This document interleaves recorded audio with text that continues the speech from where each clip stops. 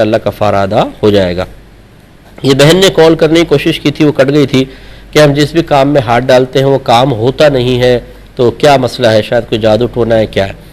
دیکھیں یہ ایک نفسیاتی مسئلہ ہو گیا ہے۔ آج کل بہت سارے عاملین ایسے ہیں کہ جو ہر چیز میں جادو ٹونے کے علاوہ کوئی بات کہتے نہیں ہے، ہر چیز میں نظر بد ہے، ہر چیز میں جادو ٹونا ہے، ہر چیز میں بندش۔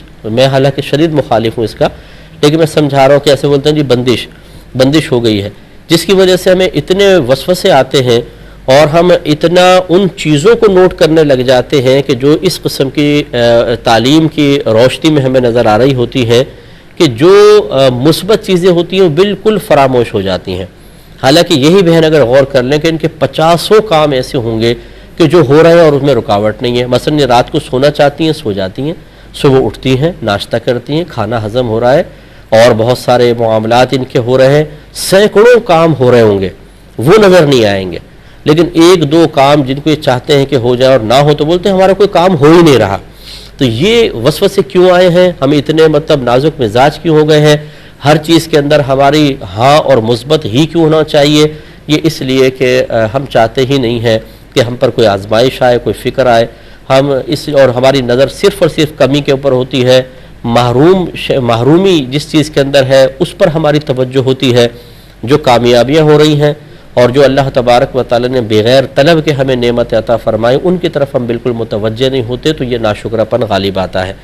تو پہلی بات تو یاد رکھیں کہ دنیا میں آپ کو اس لیے نہیں بھیجا گیا تھا کہ اللہ تعالیٰ آپ کی مرضی کے تابع ہو کر چلے، بلکہ اس لیے بھیجا گیا تھا کہ اللہ تعالیٰ کچھ احکام آپ کو دے گا، کچھ آزمائشیں دے گا، اس پر پورے اتریں تو آپ امتحان میں پاس ہوں گے، اس کے بدلے میں جنت ملے گی۔ اب یہ عجیب و غریب صورتحال ہے کہ ہمیں دنیا میں بھیجا ہے امتحان کے لیے، اور ہم یہ کہیں کہ ایگزامنر سے یہ کہیں کہ بھائی امتحان وغیرہ میں نہیں دیتا ہوں، میں تمہیں کہوں کہ کھڑے ہو جاؤ تو کھڑے ہو جاؤ، بیٹھ جاؤ تو بیٹھ جاؤ، میں کہوں پانی پلاؤ تو پانی پلاؤں، میں کہوں تم کمرے سے باہر چلے جاؤ تو باہر چلے جاؤ، میں کہوں راؤنڈ لگاؤ تو راؤنڈ لگاؤ۔ یہ تو ڈیمانڈ نہیں چلے گی۔ یہ ہمارا ذہن بن چکا ہے کہ ہم چاہتے ہیں کہ اللہ تعالیٰ ہماری مرضی کے تابع ہو جائے، جو ہم چاہیں فوراً عطا فرمائے، نہیں دے گا تو ہم باغی ہو جائیں گے، شکوے کریں گے۔ تو میں بہن سے گزارش کرتا ہوں، یہ آپ ہی کے ساتھ نہیں میرے ساتھ بھی ہے، 50 کام ایسے ہوتے ہیں جو نہیں ہو پاتے، سینکڑوں کام بغیر محنت کے بھی ہو جاتے ہیں۔ تو ہم جو ہو جاتے ہیں نا اس پہ نگاہ رکھ کر اللہ کا شکر ادا کرتے ہیں، اور جو نہیں ہوتے ان کو اپنے شامت اعمال تصور کرتے ہیں۔ باقی دنیا آزمائش کا گھر ہے، یہاں یہ تمنا کرنا کہ ہمارا ہر کام ہو جائے نہیں ہوگا، اللہ تعالیٰ ہماری مرضی کے تابع نہیں ہوگا، ہمیں اس کے مرضی کے تابع چلنا پڑے گا۔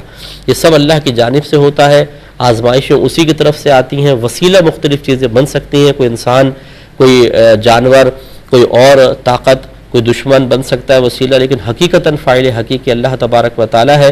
اور اللہ تعالیٰ کی طرف ہی متوجہ رہیں کہ اللہ کی طرف سے آزمائش ہے تو انشاءاللہ سکون رہے گا، اور صبر اور سکون سے ہمیں کام لینا چاہیے، انشاءاللہ کامیابی ضرور ہوگی۔ اسی ضمن میں ایک بات میں اور عرض کر دیتا ہوں کہ بعض لوگ کہتے ہیں مفتی صاحب، جیسے اب میں بہن پہ نہیں کہہ رہا ہوں، میں ویسی بات کر رہا ہوں، ہمارے گھر میں یہ پریشانی وہ پریشانی، یوں نہیں ہو رہا وہ نہیں ہو رہا کام۔ میں کہتا ہوں اچھا یہ بتائیے آپ نماز تو سب پڑھتے ہوں گے؟ نہیں۔ قرآن پاک تو ترجمہ تفسیر سے پڑھا ہوگا، یہ گھر میں روزانہ تلاوت ہوتی ہوگی؟ نہیں۔ اچھا رمضان کے روزے چند ایک رکھتے ہیں، باقی نہیں رکھتے ہیں۔ اچھا گناہ آپ نہیں کرتے ہوں گے؟ نہیں، گناہ تو سارے کے سارے کر رہے ہیں۔ تو ہر کام ہم کر رہے ہیں غلط قسم کا، پھر کہتے ہیں کہ پتہ نہیں گھر میں برکت کیوں نہیں ہوتی، ہمارے کام کیوں نہیں ہوتے۔ یعنی ہم تو اللہ کی کوئی نہ مانیں، ہم اللہ تعالیٰ کی مرضی پہ نہ چلیں، اپنی زندگی کو شریعت کے مطابق نہ بنائیں۔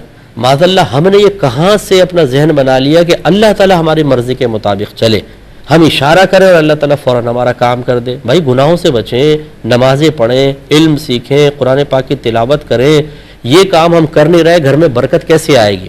اور اس پر پھر بڑے بھولے پن سے یہ کہنا پتہ نہیں ہم سے کون سی خطا سرزد ہو گئی ہے کہ کام ہی نہیں ہو پا رہے۔ اچھا آپ کو خطا ہی نظر نہیں آ رہی؟ یہ رابعہ بصری آ گئی ہیں یہاں پر، اور یہاں خواجہ حسن بصری بیٹھے ہوئے اور ان کو اپنی خطائیں نظر نہیں آ رہی، لا حول ولا قوت الا باللہ۔ تو ہماری خطاؤں نے ہمیں اس مقام تک پہنچایا ہے۔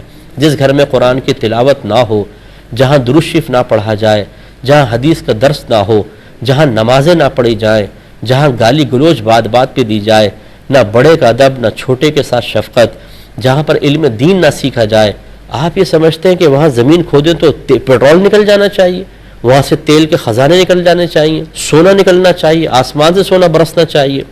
تھوڑا سا سوچئے، ذرا سمجھنا ہوگا۔ ہم اپنے عمل اور کردار پر بھی توجہ کریں.